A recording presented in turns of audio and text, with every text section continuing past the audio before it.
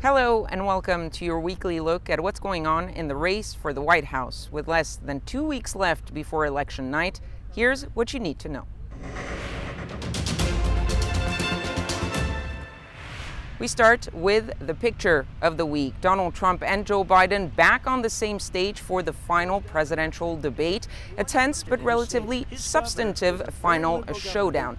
As expected, Joe Biden landed his biggest punches on Donald Trump's handling of COVID-19, pointing to the more than 220,000 victims to say that anyone who is responsible for that many deaths should not remain as president. He also attacked the president, calling him one of the most racist presidents in modern U.S. history after Donald Trump bragged once again about all he has done for the African American community.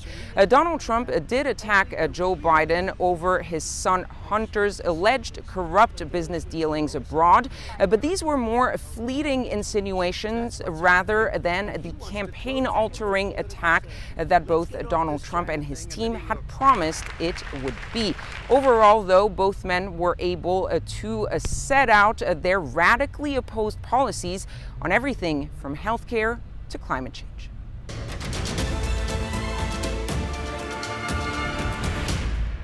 I am not running scared, I'm running angry. That's how Donald Trump kicked off his week of campaigning, angry at his own scientific experts for being too negative about the pandemic. He called Dr. Anthony Fauci, a respected member of the White House coronavirus task force, a disaster, and said that people were, quote, tired of hearing Fauci and all these idiots. Donald Trump also took swings at the media for covering COVID-19 too much to his liking, calling CNN reporters, quote, dumb bastards, and accusing them of trying to talk people out of voting. The president also lashed out at some of the Republicans who have been trying to distance themselves from him.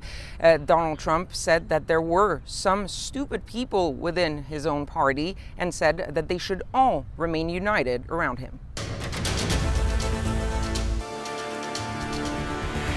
More than 47 million Americans have already voted, whether in person or through mail-in ballots. That's more than a third of the total number of ballots cast back in 2016. And if this trend continues, these numbers suggest that we're in for a record-breaking turnout.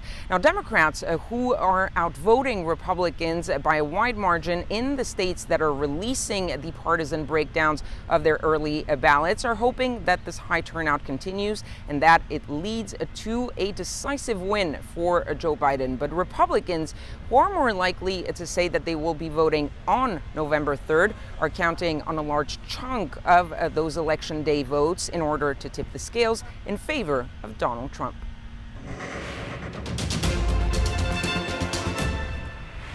The race for the White House is entering its home stretch amid turbulent times.